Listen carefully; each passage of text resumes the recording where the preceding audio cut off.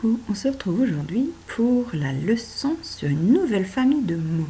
Cette famille de mots, elle a un nom hyper compliqué. Elle s'appelle la famille des adjectifs. Adjectifs. Alors, qu'est-ce que c'est, ces adjectifs? Sans le savoir, tu viens d'en lire tout plein. Il y en avait tout plein cachés dans le texte des émotions. Il y en avait aussi tout plein dans le texte de Paul. Mais avant de trouver ce que c'est, on va déjà se rappeler de ce qu'on a déjà découvert avant. Donc si tu te souviens bien, pendant notre année de CP, on a déjà découvert 2 sortes de familles de mots. Eh oui, parmi toutes les sortes de mots, on a pu fabriquer la famille des verbes. Tu te souviens ce que c'est les verbes? Eh bien, ce sont les mots actions. Ce sont tous les mots qui permettent de dire ce qui est fait dans la phrase ou aussi de dire des choses sur nous, sur soi, d'accord, de comment on est. Ce sont les mots aussi qui se transforment en fonction de la personne qui fait l'action. Si c'est moi qui l'a fait, si c'est plusieurs personnes qui font cette action. Ok. Donc pour te souvenir, je t'ai mis quelques exemples. Comme verbe, on a manger. Manger, je suis bien en train de faire une action. Je suis en train de mettre quelque chose dans ma bouche. Écrire, je suis bien en train de faire une action.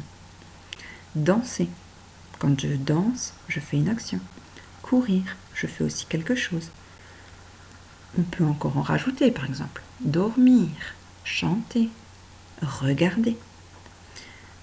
Sembler et être sont 2 verbes qui ne sont pas des actions. Ce sont des verbes qui permettent de parler de nous. D'accord? Sembler. Je semble fatigué. Tu sembles fatigué. Être. Je suis grand. Tu vois? Parler. Encore une action normale. Parler à quelqu'un, c'est faire bouger ses lèvres. Dans les transformations, on avait vu qu'avec je, on pouvait mettre un E. Je mange. Avec vous, on trouvait très souvent le EZ. Vous mangez. On avait vu le petit mot elle. Elle parle. Et quand on passe au pluriel, on avait le fameux NT muet. Elle parle. Les deux s'entendent pareil, mais on peut faire la différence grâce aux petites lettres muettes du pluriel. Ouais, ça te rappelle quelque chose? Ensuite, qu'est-ce qu'on avait aussi découvert? On avait découvert les noms. Les noms, c'est simple. Ce sont les mots qui permettent de donner un nom. Un nom pour les personnes, un nom pour les animaux, un nom pour les objets, un nom pour les lieux qui nous entourent, par exemple, et encore plein d'autres choses. Ils peuvent être masculins ou féminins. D'accord? Les noms, c'est toujours soit un nom de garçon, soit un nom de fille. Les noms importants, on avait vu aussi que c'était ceux qui avaient des majuscules. Ça, tu le détailleras un petit peu plus au CEA.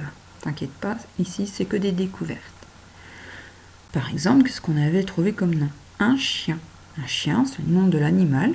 On ne sait pas quelle sorte de chien exactement c'est. On sait que c'est un chien. On sait aussi, grâce au petit mot devant, que c'est masculin. Table. On voit tout de suite dans notre tête une image de table. Grâce au petit mot de devant, on sait que c'est féminin. Fauteuil. Fauteuil, pareil. Je suis sûre que tu as une image de fauteuil dans ta tête. C'est le nom qu'on donne sur le truc sur lequel on s'assoit, qui est bien confortable. On sait qu'il est masculin. Ami. Un autre mot pour dire copine. Et ici, regarde, on sait que c'est féminin, puisqu'il y a le E du féminin, et on a le mot une devant. Maîtresse. Pareil, on se fait une image de maîtresse dans la tête. Ça peut être moi, ça peut être ta maîtresse de maternelle aussi. On en connaît tout plein. Et on sait que c'est féminin, puisqu'il y a là devant. Ici, regarde. On arrive sur des mots qui sont des noms importants, puisqu'ils ont une majuscule. Besançon. Besançon, c'est le nom de la ville où tu vis. Elle est importante parce qu'il n'y a pas 50 000 Besançons dans le monde. La France. France, c'est pareil. C'est le nom du pays où on vit. Il a un F majuscule, puisque c'est pas n'importe quel pays, c'est celui-ci, celui où on est. Et ici, Nolan. Nolan, il a aussi une majuscule, puisque c'est un prénom, c'est pas n'importe quel enfant, c'est Nolan. Toi aussi, peu importe ton prénom, tu as le droit à ta majuscule. tu es important ou importante. Si tu es une fille, il n'y a pas de souci. Bon alors, c'est quoi cette nouvelle famille de mots? À quoi elle va nous servir? Parce qu'on a déjà de quoi nommer les choses et les actions. Voyons voir. Voici des phrases et je t'ai souligné les mots importants. On va essayer de deviner ensemble à quoi ils peuvent servir. C'est un chien. Tu vois là, le mot adjectif, il n'y est pas. On a c'est, un verbe, le petit mot qui nous permet de savoir si c'est masculin ou féminin, et chien, c'est un nom. On sait qu'on va parler d'un chien. C'est un chien. C'est un gros chien. Voici un adjectif. C'est un gros chien. C'est un chien noir. Ok? Noir est aussi un adjectif. C'est un gros chien noir. Gros, noir. Ok? C'est un joyeux gros chien noir. Ici, on a carrément 3 adjectifs. Alors, qu'est-ce qui s'est passé? À quoi vont nous servir tous ces adjectifs? C'est un chien. Ok? Quelle est la différence avec c'est un joyeux gros chien noir? Qu'est-ce qui s'est passé? Est-ce qu'on sait des choses en plus, par exemple? Ben oui, t'as raison. On a appris des informations en plus sur le chien. Là, on savait que c'était juste un chien. Et là, d'un coup, on sait que notre chien, il est noir, il est gros et il est joyeux. Ah ouais, là, je me fais une image un peu plus précise de ce chien. Tiens, du coup, j'ai envie de jouer avec lui. Il est joyeux, il est gros, il est noir. Voilà. Donc, cette nouvelle famille de mots, eh ben, elle nous permet d'apporter des informations. Tu as vu, c'est trop bien, il y a le sion de mots. Et ces informations, elles vont sur un nom. Ici, j'ai des informations sur le nom du chien. Okay? Le nom, c'est chien. On sait, grâce à ces adjectifs, beaucoup plus d'informations sur lui. On sait maintenant qu'il est gros, qu'il est noir et qu'il est joyeux. Moi, c'est ce que je te disais tout à l'heure, j'arrive beaucoup mieux à l'imaginer. Et toi, tu l'imagines? Moi, je le vois bien sauter partout, avec ses poils tout noirs, il doit être trop beau. Hein, il est tout gros, et puis, oh là là, avec la langue qui dépasse, je suis sûre. Et à la fin, je suis sûre qu'il va même aboyer un petit peu. Ouais. Alors, on essaye ensemble maintenant. On va essayer d'apprendre des choses sur la girafe. Je vais descendre un peu. Hop, voilà. Voilà. C'est une belle grande girafe jaune. Donc là, tu vois, je n'ai pas souligné les adjectifs. Tu vas essayer de les deviner tout seul. Alors déjà, on sait qu'on parle de la girafe. Qu'est-ce qu'on va apprendre sur la girafe dans cette phrase? C'est une belle grande girafe jaune. Comment est la girafe? Ouais, t'as des idées? Voyons si t'as juste. Grâce aux adjectifs, on sait que la girafe est belle, qu'elle est grande et qu'elle est jaune. Eh oui, toutes ces informations. C'est pas n'importe quelle girafe, elle est belle celle-là. Elle n'a pas été griffée par un tigre. Elle est grande, très très grande, donc c'est pas un bébé girafe. Et elle est bien jaune, avec sûrement quelques taches marron quand même. Ouais, c'est pas mal quand même. Hein. Ça permet vraiment de se faire une image un peu plus précise. Et sinon, tu remarques rien d'autre? Là, on a des informations comme elle est belle et grande. Tout à l'heure, il était gros et joyeux. Et oui, on retrouve aussi du féminin et du masculin. Ben oui, belle, c'est pour les filles. Pour les garçons, on dit pas pareil, on dit quoi? Hein? Beau. Grande, c'est pour les filles. Pour les garçons, on dit grand. Gros, c'est pour les garçons. Pour les filles, on dit grosse. Et joyeux, pour les garçons, pour les filles, on dit joyeuse. Et ouais, donc on va retrouver ce féminin et ce masculin dans les adjectifs aussi. Ça va? On continue? Ok. Les adjectifs font donc comme le nom. On dit qu'ils s'accordent. S'accorder, c'est pour dire qu'ils se mettent d'accord. Ils travaillent ensemble en fait. Accord. Tu vois, il est caché là le mot. On dit qu'ils s'accordent. Ils se disent ouais, vas-y, moi je suis le nom et puis j'ai décidé d'être au féminin. Donc l'adjectif va dire oh d'accord, si tu es féminin, moi je suis féminin aussi alors. Ouais d'accord, allez top là. Et ouais, ils vont travailler ensemble. Donc il vaut mieux qu'ils se mettent d'accord. Si le nom est féminin, les adjectifs, tous ceux qui vont travailler avec lui, vont aussi être au féminin. Si le nom est masculin, tous les adjectifs qui vont travailler avec lui vont être forcément au masculin. Si je parle d'un garçon, c'est masculin. Si je dis un joli garçon, joli est aussi au masculin. Si je transforme pour une fille, c'est féminin. Et que je garde le même adjectif, une jolie fille, même si on n'entend pas de différence, jolie va prendre le E du féminin. Une jolie fille. Et oui. Mais alors, dis donc, t'as une petite idée, toi? Que va-t-il se passer si jamais le nom est masculin et pluriel? Puisqu'on en a discuté de ça. Les noms, ils peuvent être au pluriel aussi. Une petite idée? Qu'est-ce qui se passe quand on met au pluriel? On met des S. Un joli garçon, tout est au masculin et singulier, puisque c'est un seul. Des garçons, ça passe au pluriel, on met bien les S. Mais qu'est-ce qui va arriver à joli? Des jolis garçons. Ben ouais, t'as raison. Comme ils doivent s'accorder, se mettre d'accord, s'il y en a un qui est au pluriel, lui il est au pluriel aussi, ben l'adjectif, il va être au pluriel aussi. Tout le monde travaille ensemble. C'est comme s'ils avaient mis tous le même uniforme, tu vois, le même tablier pour travailler, la même casquette. Ils sont ensemble, ils sont dans le même groupe, ils mettent tous des S. Des jolis garçons. Tout le monde a un S. Et au féminin pluriel, alors à ton avis, ça va donner quoi? Si je reprends mon exemple de tout à l'heure, une jolie fille, jolie qui a mis son E de fille, qui est au singulier puisqu'on a une, au féminin, pas de problème. Si d'un coup on a plusieurs filles, des, on retrouve le ES, fille, on voit bien son ES, qu'est-ce qui va arriver à jolie? Ah oui, t'as raison. Il va bien garder le E des filles, puisqu'il parle de plusieurs filles, mais il va aussi prendre le S du pluriel, des jolies filles. Eh oui. Ah oui, les mêmes indices, même si on ne les entend pas forcément.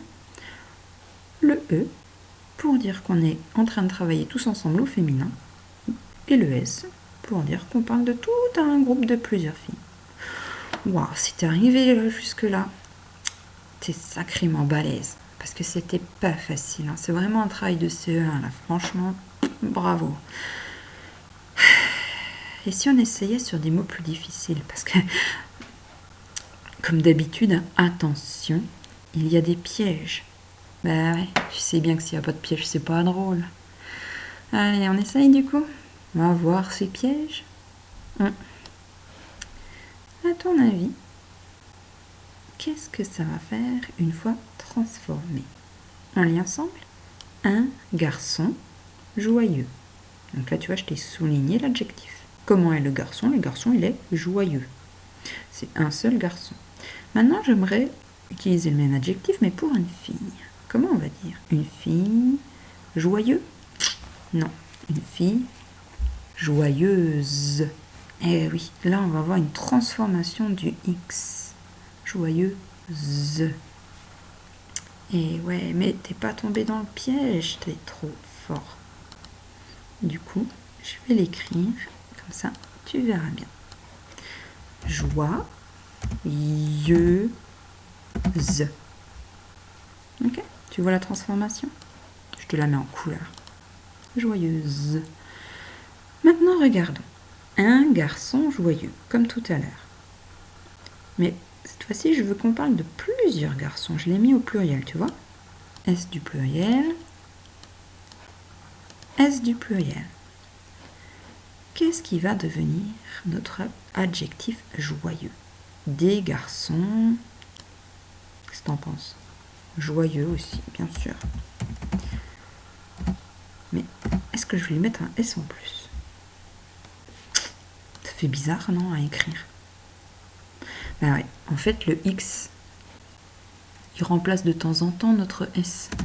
Donc on va pas lui remettre un autre. Tu vois, d'ailleurs, mon ordinateur, il est pas content. Qu'est-ce qui se passe? Regarde. Il me dit, eh oh, t'as fait une erreur. Tu vois les petites vagues? Je dis, bah, ça doit être une erreur à cause du X. Je l'enlève. Et il me dit, non, t'as toujours une erreur. Alors, c'est une erreur à cause du S. Eh oui. On ne peut pas mettre un X et un S. Donc, on garde le X. S'il est déjà là, on le garde. Il n'y a pas de lettres supplémentaires. Bizarre, hein? Heureusement, parce que sinon, on s'en sort plus jamais. Allez, un autre piège, t'es prêt? Un fauteuil blanc. Blanc, on a déjà vu qu'il y avait un C muet. Un fauteuil blanc. Ok, c'est un fauteuil, c'est masculin. Maintenant, j'aimerais parler d'une chaise. Toujours la même couleur. Comment on va dire? Une chaise. Oui, blanche.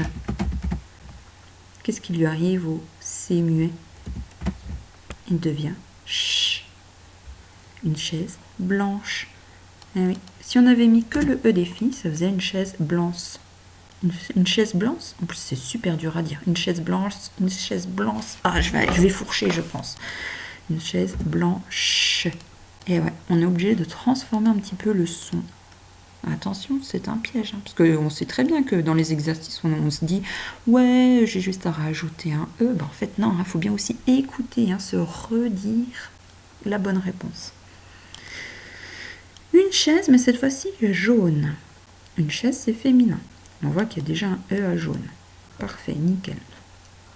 Mais maintenant, je vais parler du fauteuil. Un fauteuil jaune. Alors, si je suis chez un garçon, j'ai plus besoin du E.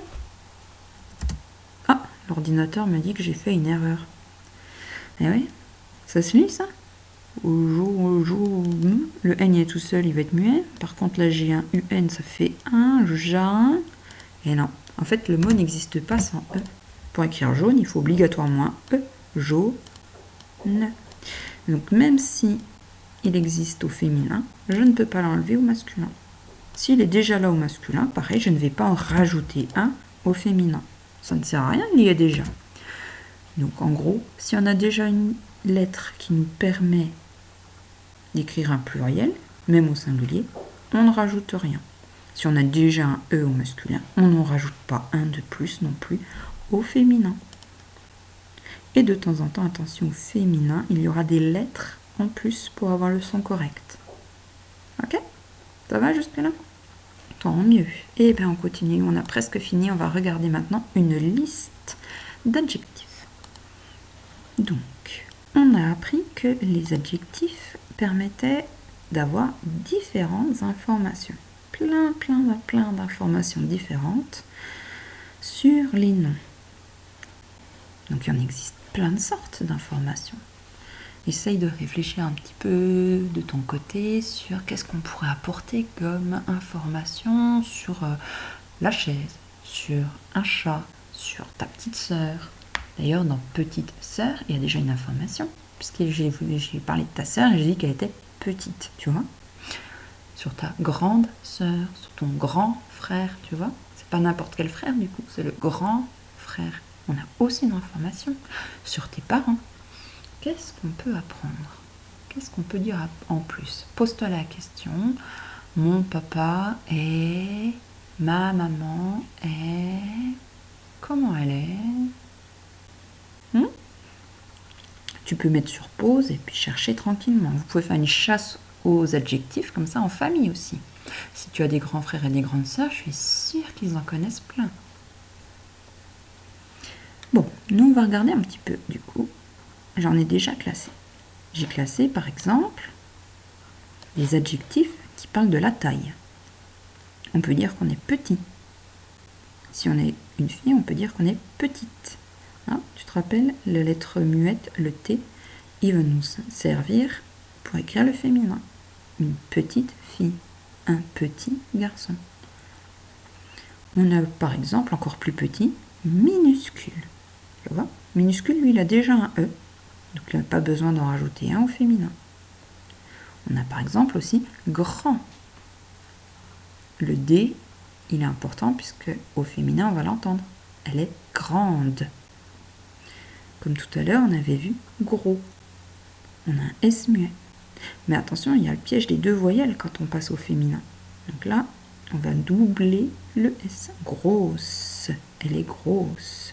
Cette plante est grosse. Elle prend beaucoup de place. Et si tu te souviens, dans le texte du Père Noël qui voulait changer de couleur, à chaque fois, il était de plus en plus gros. Mais ce sont aussi des adjectifs. Il était énorme, puis immense, puis gigantesque. Et tu vois, à chaque fois, il termine par un E. Donc au féminin, il ne va pas changer. On ne va pas lui rajouter un E en plus. Ça n'a aucun sens. Il y a déjà. Tu vois? Après, il y en a encore plein sur la taille. On peut aussi parler des couleurs. Tout à l'heure, on avait un chien noir, une chaise blanche ou jaune. On a bien sûr le rouge, le bleu. Bleu, tu vois, il va prendre un E au féminin. Vert, avec le T muet, verte. Jaune, on a vu qu'il y avait déjà un E, on n'en rajoute pas. Il y a encore plein d'autres couleurs, bien sûr, comme violet, violette. Et puis après, on a les couleurs des cheveux. Blond, les cheveux jaunes clairs, blonde. On a la couleur brun. Alors les cheveux bruns, c'est presque noir. Et pour les filles, c'est brune. Tu vois, c'est pour ça qu'on a un écrit avec un U. Parce que pour les filles, on l'entend. Brune. On a roux, les cheveux orange, avec un X qui se transforme en 2 S. Rousse. Il y a encore plein de couleurs, bien sûr. On a des adjectifs qui vont parler de la beauté. Beau, pour un garçon par exemple, belle. T'as vu, on a le EAU dans beau, on en a besoin, parce que la transformation utilise ce E. Joli, joli. Tu te rappelles, on l'avait tout à l'heure, avec ce E rajouté, parce qu'il n'y en a pas ici. Ça s'arrête à I. On a magnifique, superbe, et au contraire, moche, laid, laide, pour quelque chose de féminin. Ah, qu'est-ce que c'est laid? Et encore pire que laid, hideux. Tu connaissais ce mot? Hideux, c'est vraiment plus que laid. Bleh. Plus que très moche. Hideux, et on a de nouveau ce X qui devient SE. Hideuse. Comme une immonde sorcière. Immonde, c'est encore un autre mot qui veut dire pareil. On peut parler aussi des attitudes. Par exemple, c'est un garçon ou une fille sympa. Alors sympa, c'est un mot coupé. Il y a encore des lettres normalement. Après, c'est sympathique. Si on l'écrit en entier, mais c'est un tic très bizarre puisque c'est T-H-I-Q-U-E. On peut être gentil avec le I-L des garçons et gentille avec le I-2-L-E des filles. On peut être intelligent ou intelligente. On peut être calme. On peut être énervé avec là un E en plus parce que le premier E, c'est pas un vrai E, regarde, c'est un E. Tu vois? Quand c'est un E, on rajoute un E. Si c'est juste un E tout simple, on va pas faire énerveux, énervé. Là, je t'ai mis un petit mot anglais. Cool. Du coup, il n'y a pas de transformation pour les filles, on rajoute pas un E. C'est parce que c'est un mot anglais. Il n'y a pas de féminin. Et je t'ai mis un petit mot drôle pour finir aussi. On peut avoir une attitude stupide. Eh ouais, évidemment. On peut parler des différents types de poils. On peut avoir le poil long. On a un G muet puisqu'on parle de longue. Bien sûr, il y a plein d'autres choses que les poils qui peuvent être longs. Ça peut être les cheveux, ça peut être une feuille, ça peut être une manche. On peut parler de court. Avec le T muet pour dire courte, bouclée. Avec un E pour quelque chose de féminin. Barbu, quand on a de la barbe. Chauve, quand on n'a plus de cheveux. Au contraire, chevelu, quand on a beaucoup de cheveux. Crépus, quand on a des cheveux très bouclés. On peut parler des sentiments, des émotions. Être triste, être heureux, heureuse, être joyeux, joyeuse, être timide, être apeuré. On reconnaît le mot peur dedans, c'est avoir peur. Pareil, on rajoutera un E. Être colérique, c'est faire beaucoup de colère. Être effrayé, c'est encore plus qu'avoir peur.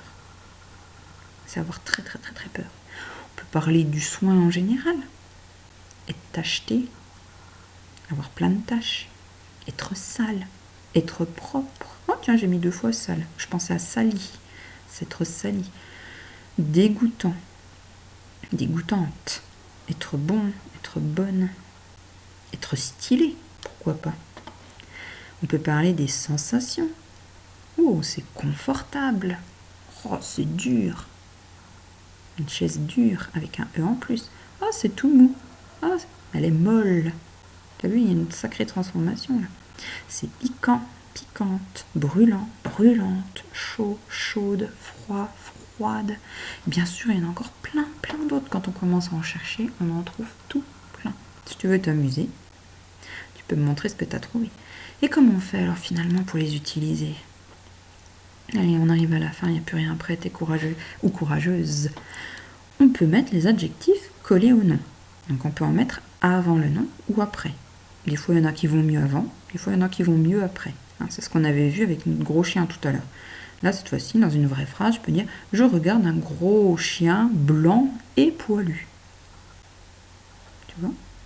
Donc, qui est-ce qu'on regarde? C'est le chien. Et moi, j'ai plein d'informations sur le chien. Je sais maintenant qu'il est gros, qu'il est blanc et qu'il est poilu. Tu as vu, comme j'ai beaucoup d'adjectifs, je peux mettre un petit « et » pour dire « et » en plus, il ne faut pas oublier, hein, il est poilu. Donc maintenant, j'ai une meilleure image. Tout à l'heure, j'avais un gros chien noir joyeux. Là, je parle quand même d'un chien, mais cette fois-ci, il est gros, blanc, avec beaucoup de poils, poilu. T'as vu? Donc c'est pas le même chien. Grâce aux adjectifs, j'ai un autre chien dans ma tête maintenant. Et on peut aussi utiliser les adjectifs après le verbe être, puisque le verbe être nous permet de parler de nous ou d'une personne. Hein? Je suis propre, je suis gentil, je suis sympa, je suis intelligent. Et si je suis une fille, hein, j'oublie pas de transformer aussi. Je suis intelligente. On peut parler de quelqu'un d'autre. Tu es sympa. Tu es grand, tu es grande. On peut parler de nous. Nous sommes contents de te voir. Tu vois, comme nous, c'est plusieurs personnes, on retrouve un S à la fin de content. Je peux parler de ma maman. Ma maman est belle et intelligente. T'as vu? On retrouve de nouveau le « et » si on a besoin de plusieurs adjectifs. C'est pas mal quand même. Hein? Du coup, on peut inventer plein d'informations supplémentaires pour être de plus en plus précis. Eh ouais, bon, j'espère que je t'ai pas trop perdu. Allez, à tout bientôt.